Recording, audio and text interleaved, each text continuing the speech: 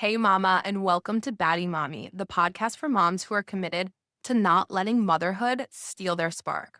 I'm your host, Christina Lammey, here to remind you that you are still that girl. Today, we're diving into something every mom deals with: mom guilt, and more specifically, why we are done with defensiveness. Every mom knows that feeling when someone questions how you're doing things. You let your kids go to bed that early?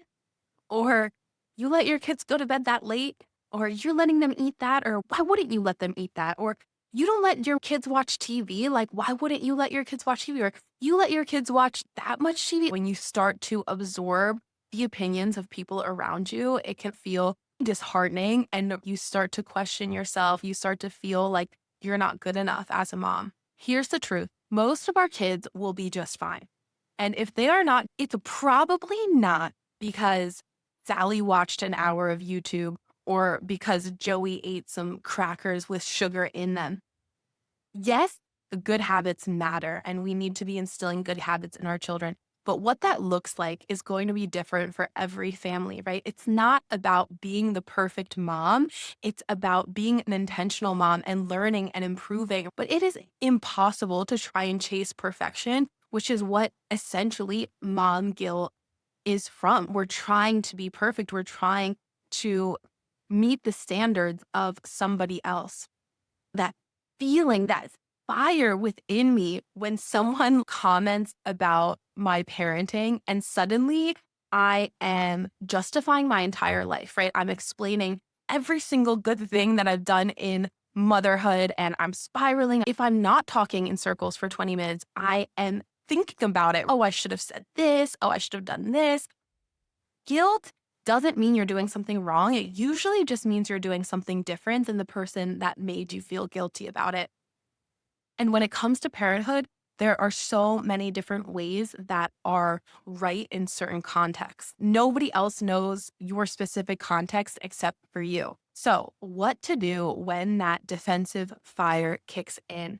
When you feel that rush of defensiveness rise up, take a moment, pause, and remember that defensive energy hurts you more than anyone else. The person that triggered you probably is not even aware that they said something off. They probably didn't even realize they offended you. Most times people mean and say something and we interpret it like they're judging us, but they don't mean anything malicious behind it. They're definitely not the ones stewing in these negative feelings. That intense emotional reaction that we have from feeling mom guilt, it can feel almost addictive. I don't know if you guys have ever experienced that, where you get this sort of hit of adrenaline and it makes you just want to call your best friend and vent for an hour about and spiral and just tell them everything and how, how you're right and they're wrong. And if you can, before the spiral happens, catch yourself in the moment and remind yourself that you want to move on. You don't want to live in this any longer than you need to. It's interesting how almost addicted we are to this defensive energy and how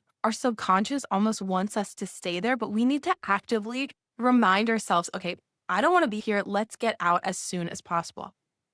The next thing we're going to do is zoom out, right? So if something has triggered you about the way you're raising your kids, most of these things that we're hung up on doesn't really matter when they're 18 or even when they're 10 or even when they're 5, depending on how old your kids are. No one is tracking these small things except for you, right? No one is at a high school graduation saying, oh yeah, that kid, he definitely was formula fed. Oh yeah, he probably got 2 hours of screen time instead of one. No one is saying that, right? Your kids will most likely be just fine. Those small details that you're agonizing over now will probably be invisible later and not as big of a deal as this feeling you're experiencing in the moment. And the third thing I want to say is that guilt usually shows up the strongest when you've had a hard decision to make. I felt very guilty about stopping breastfeeding at 1 year. I had always thought that I would breastfeed my kids for 2 years, and I really wanted that. But for a lot of different reasons, for my second baby, we introduced formula at 5 months, which was way earlier than I wanted to. I already had this emotional connection to thinking that I shouldn't be giving him formula. I should be able to be breastfeeding all the time. I should be able to be producing enough milk, but I wasn't. There were so many factors behind the decision to stop at 1 year. I remind myself that I don't need to explain myself to anyone and the decisions that I've made because it's nobody's business. Let that be a reminder that you don't owe anyone an explanation, right? We want to defend ourselves. We want to defend our actions, but that defensiveness only impacts us negatively, and you don't owe anyone that explanation for your choices and your life. Oftentimes, mom guilt comes in because we are in search of being the perfect mom. And being the perfect mom is an unattainable goal because it does not exist, right? What is a good mom? Is it that mom on Instagram who has the picture perfect Pinterest lunches? They're putting extra effort into the food, the quality of the food, the portion size. But for me, my son eats 75% of his meals walking around, and I'm just handing him a spoon full of yogurt or letting him walk around the living room with an egg in hand. That is real life sometimes. Either of those situations could be that you are a good mom depending on your kids, depending on their personality, depending on your life circumstances, depending on a million different things, and you're making the right decision for you. I used to think that being the perfect mom was like that mom who was working out with her kids. I would see that on social media. I would see these moms and their kids were crawling around them and they were getting a full Pilates workout in.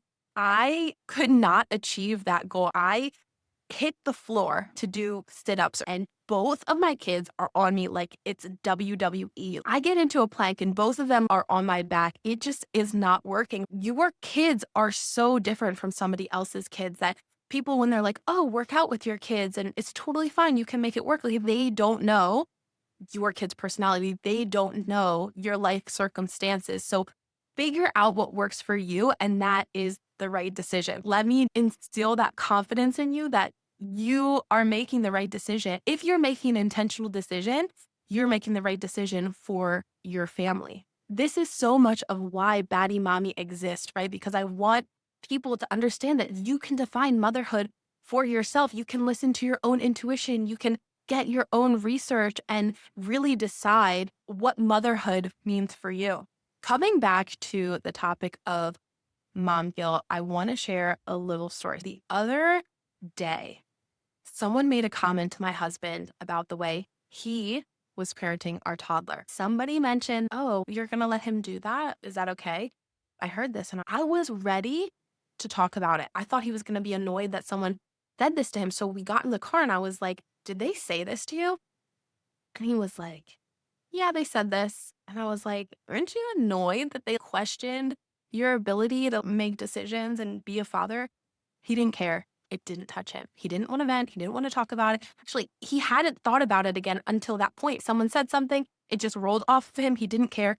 And that's when I realized that so much of mom guilt is societal conditioning, right? It doesn't affect people who aren't taught to carry it. The only person it impacts is you. So you can decide to not let it affect you, right? You can react like my husband and just be like, yeah, not a big deal. I wish I could be as chill as him, but the reality is that most of the time I'm usually not. But let's say this together, right? Let's reclaim our power. I don't owe an explanation for how I parent. And from now on, I am going to respond to guilt with confidence and not defensiveness.